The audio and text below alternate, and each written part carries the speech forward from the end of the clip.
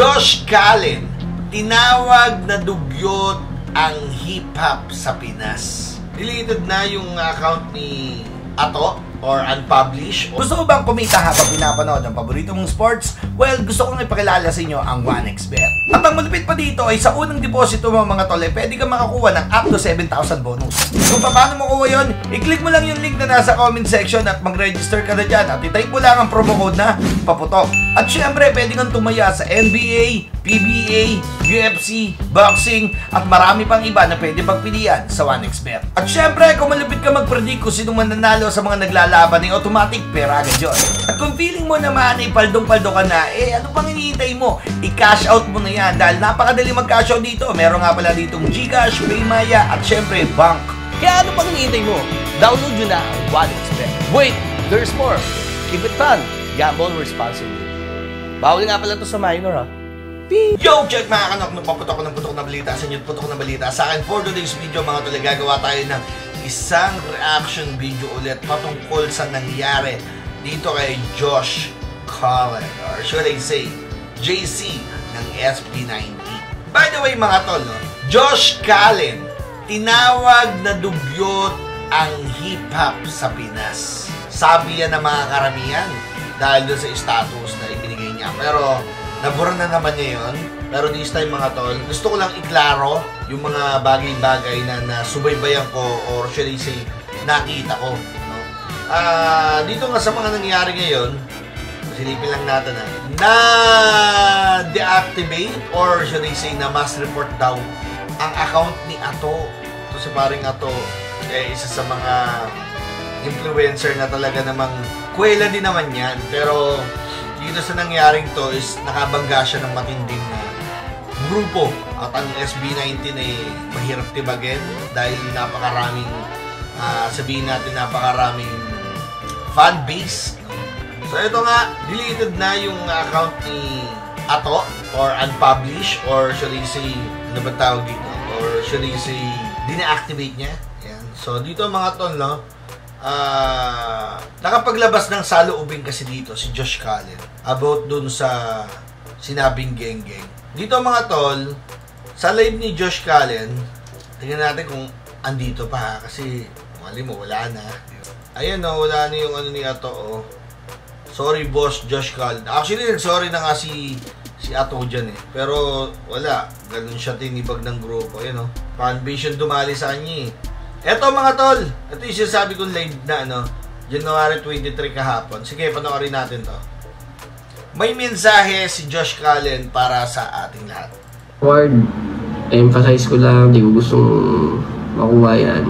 Di ko rin alam paano ako nandun. Una-una, di ko reclaim na although hindi nyo dapat i-gatekeep. Yun siguro. Para sa lahat yan.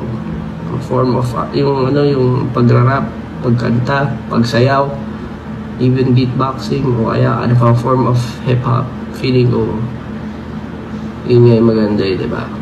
Dito mga tol, mapapansin nyo na parang aral din to si Josh Callen. Kasi alam niyo yung element ng hip-hop. He said about b-boy, or should I say dancing, beatboxing, or beat DJ, or something like that, o sa pagra-rap, diba? Alam niya eh, graffiti, wala na lang yun, nasabihin niya eh. Yung syempre yung kultura, matagal na nandyan. And hindi lang yan sa pananamit o forma, sa asta, pananalita. Sa puso yan. At lahat yan, idol ko yan. Lahat yan tinitingala ako.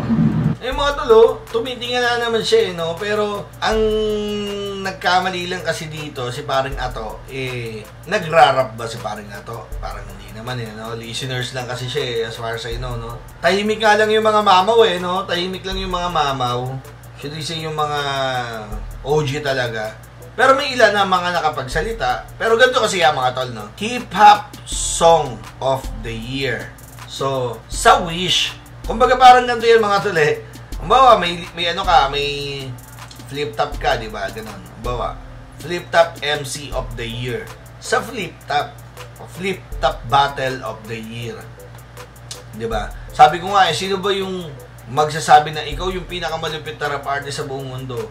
Sino ba yung gaganon dapat? Ano ba yung basihan natin? Kasi ganito yan eh. Guinness World of Record, talagang mundo yun. Di ba? Pero ngayon, when it comes dito sa hip-hop, dito sa Pinas, sino ba yung dapat pumukpok nun? So, kung kakilala nyo or may idea kayo, ano ba yung tamang ano na dapat mag-label doon, o di-drop nyo dito para at least magkaroon ng awareness yung mga fan natin dyan, or should I say mga listeners, no? At the same time, napakinggan ko na yung kanta nito.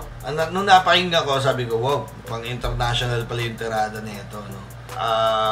Hindi man siya ganun kaputok katulad ng mga track ni Hebabi, ni Flo G, Outside Mafia, yung mga na-nominee din, or should I say kasama niya dun sa labanan. Siguro it's not about the views yung nangyari, it's all about how they appreciate yung track na inirelease nila. So ganun, pasensya na kayo ha, maraming nagalit sa akin about sa 70% at 30%.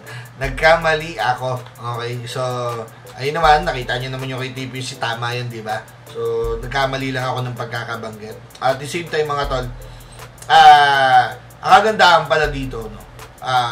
Hindi to about sa views eh. About to dun sa pagpunta mo dun sa wish event mismo. Tapos kung sino yung gagawa ng way para bumoto, like for example 30% ka yung mga fan or yung mga tao, di ba? So yung fan base ni JC, ginawa lahat yung mga dapat gawin para lang makapagboto o makaboto kay JC. So ganun katindi yung fan base ni JC or SB19. So siguro yung mga walang idea yung fan base ng mga iba paano gagawin, kaya ganun nangyari. Okay? 50%, 30%. Sorry na! Sobrang professional din ng looks nung tirada nung kay JC. Nakita ko din eh. Para siyang, kasi sa ibang bansa din yung shoot yata yun eh. Pero, iba, kung hindi mo siya kilalang SB19, malamang sa malamang napagkamala mo na rin tong foreign talaga.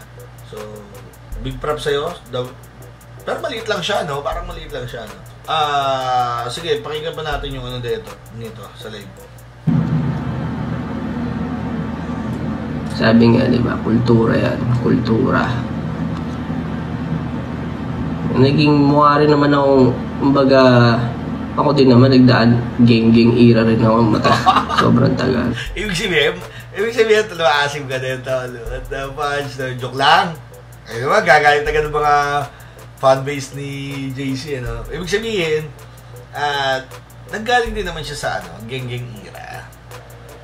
Guys, wala eh. Kailangan ko rin ngayon mag-iba ng nag-iiba, nag-evolve ka lang din ng trip pag tumatanda ka.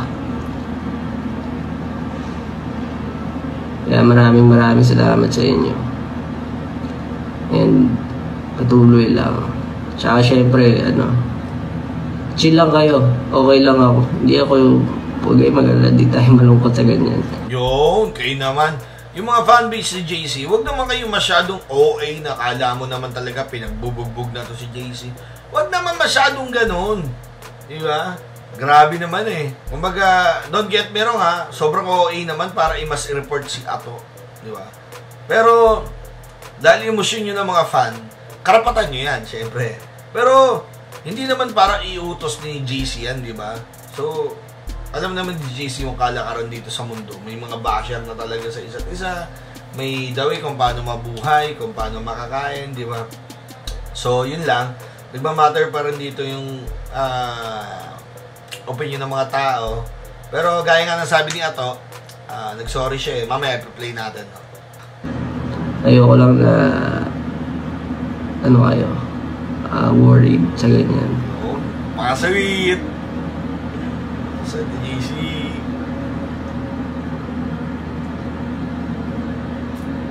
Yo, thank you. Good night.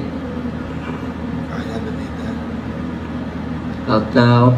Base dito sa live ni JC mga tol, kinalaro niya lang, nag-open siya ng konting statement, pero markable pa rin yun, no? Or quotable. At the same time, pinalam niya lang sa mga followers or fanbase niya na chill lang kayo. Huwag kayong mag-alala. Okay ako. Napaka-basic yan, no? Sa dami ng pinagdaanan na ito, tingin ko parang gano'n. Hanapin naman natin si Ato. Si Ato naman. Uy! Si Makagago, mga tol! Facebook deleted. Mangangaral to. Tingin ko mangangaral to si NG. Kasi dati pa sila may something. So, tingin ko mangangaral to. Ito yung mga tol, sorry na mga boss. Maasi 50%, Genking 30%, Pastos Bars.